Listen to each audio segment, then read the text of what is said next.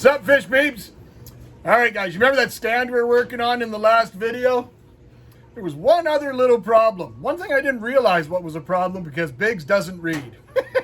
That's really all it came down to, is Biggs just did not read. Let's take a peek.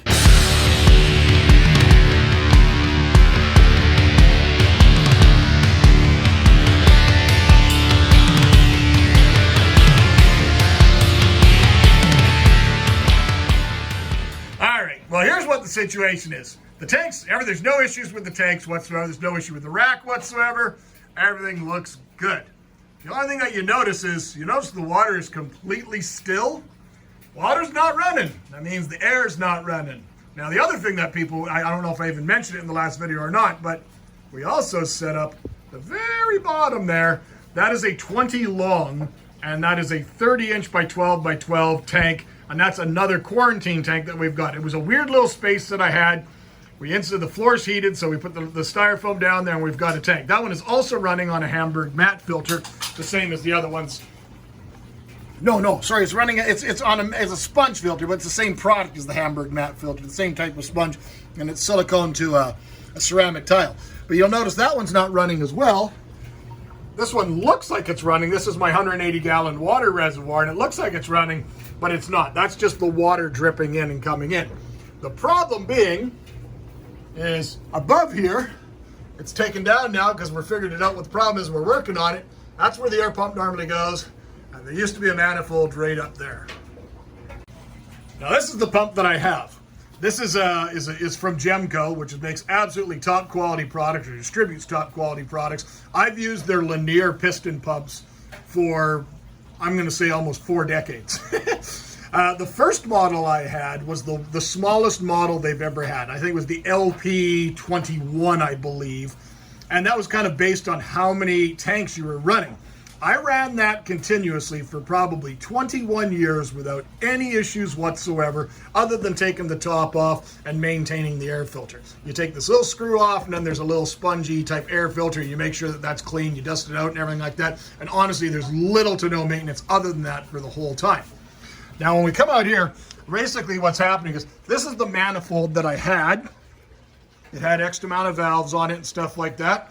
And it had the little hose with the clamps that attached to the pump, and it had the little threaded fitting that came from Gemco that went in there, and that was the whole manifold. And honestly, it worked fine before, when I had the LP21. Now what transpired, you guys probably won't notice. I'll see if I have some pictures of it back in the day. But before we went and made this massive change into the lair and the fish room and changed everything around, one thing I did go back into is I've mentioned the type of fish that I want to keep in this type of a system. I want to go back to some of the old school fish. I want to keep some of the Charisons, and I want to keep some different Cyprinids and barbs. And really I want to also get some of the old school anabantoids that you just don't see anymore. And there's all sorts of really cool new species. Some of these new mouth-brooding bettas or that samurai grammy. Those are the type of things that I want to play with. Something a little bit different. But you go back, you fast rewind a few years ago when I was traveling all the time. One thing that I really, really desperately wanted to get back into was killifish. So I ended up having a rack, I believe it was there, that ended up having, I'm going to say it was about 45, 5.5 gallon tanks. And then I had another rack that was there that was different dimensions as well. So I was running about, I don't know, about 50, 60 tanks at the time, plus the few bigger tanks that were running on trickle filters and whatnots and stuff like that. But the one thing I was noticing is when you have, say, obviously we're looking at tarantulas, but if that was aquariums, there's definitely a pressure difference between pumping air into a tank up there versus pumping air into a tank down there. And that is part of the problem that I was having. So one thing I never even thought about is I ended up ordering the larger model of the pump. So I went one size up. So this is the LPH 45 instead of the 21, I believe. Should probably say it right on it. Yeah, this is the LPH 45 model, linear piston pump air compressor. They're absolutely silent. And what most of you guys wouldn't know, because most of you haven't been here, but this spot where this thing sat in my laundry room is what, 2 feet from the ceiling? And that right there, the fish room, is directly below our bedroom. So I sleep literally right there.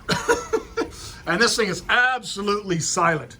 The only problem being is the one thing I couldn't figure out what was going on. As I came down this morning, And I noticed it once yesterday when I was working, is that the air shut off. And I thought, oh, what's going on? Something better not be wrong with my pump and everything like that. But one thing all it takes, Biggs, is a little bit of reading. All you have to do is read, Biggs. That's it. Model LPH45 linear piston pump air compressor. Used with a minimum of 20 high flow outlets. See instruction manual. Well, Biggs doesn't read, so apparently that's why this unit kept overheating and shutting itself down. That is awesome though, because one, by shutting down, it's protecting itself. If it happened repeatedly, then it eventually burned the motor out, but it's a fail-safe to protect the unit. So what are we doing today? We're gonna build a new manifold that's gonna have 20, 30 outlets on it. Granted, most of them will be open, just bleeding, because I'm not running that much air. We probably will end up doubling up the sponge filters in these two tanks just because we can. Each one of those tanks is running on its own dedicated Hamburg mat filter, which is the whole back wall of the tank. You can kind of see the spouts there. Maybe I'll put an air stone somewhere in that tank just for the sake of doing it, just to run air. Maybe we'll throw another one in the big reservoir. I don't really know. But right now, that's really all it is for tanks. We got the 160, the 160, this new rack here. It's going to be planted, and vivariums up above. Tokay Gecko Palace, which is starting to grow in a little bit. You can see the new growth, other critters and stuff. And then right here is going to be the 120-gallon jungle riparium. And as you can see, more and more supplies are starting to get here. So basically, I'm not running enough outlets. We're going to fix that today. Now this manifold would have been actually the pre-made one that would have come from Gemco. It was all threaded, ready to go, everything. So that one there, it only had 10 valves. When I went and bought the bigger pump, I never thought to order the bigger manifold. But we do have lots of valves. That's from an old system there.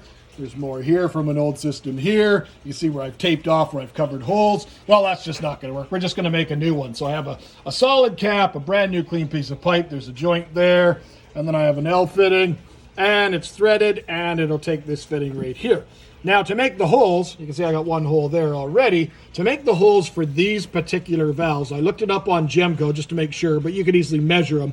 But I'm going to take all the valves out of this piece, all the valves out of that piece, all the valves out of that piece there. They just twist out using a pair of pliers, and quick and easy. Now, normally, you drill a small hole, and then you buy what is called a tap. And basically, it's a threaded drill bit that has the same thread as these ones here.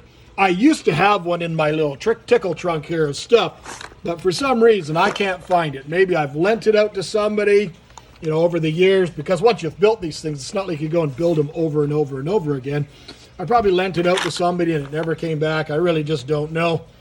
But whatever, you can always still just go and do it. If you do it slowly and carefully, you can kind of self-tap them yourself. You need a 9/30 seconds drill bit, and that's what we've got there. We've got our drill, so I'll go ahead and get this drilled. I don't think anybody needs to see me holding a drill and drilling holes, but I'll show you the finished product in a minute. All right, new manifold, quickly installed. I tell you, I don't want to ever do that anymore. Having to tighten all things by hand. You can use a wrench, but I did it by hand, and it's not fun. But we've got them all. They're all in order. Doesn't look anything pretty, but to me, this doesn't matter. I'm not trying to pretty up a bunch of cords in the ceiling. Pump's working good. Temperature's good on it. And we've got closed beforehand, but we've got a few that are open and bleeding, and we'll watch it and monitor it. The problem is all dealing with the pressures. This is a 6-foot tall tank, so the pressure in this tank is vastly different. And then we've come on over here. We've got good airflow in both of these tanks. We can easily go and add another sponge, as I mentioned, to each of them. And we've got good flow on all the 410s. And then we even have some flow going on the hospital tank. So all in all today, we solved the problem. Everything's going good. The only thing I got left to do is get the heaters and everything installed in those ones. But I haven't been in a rush because I don't have any of the fish coming yet. There's no reason to use the electricity for no reason.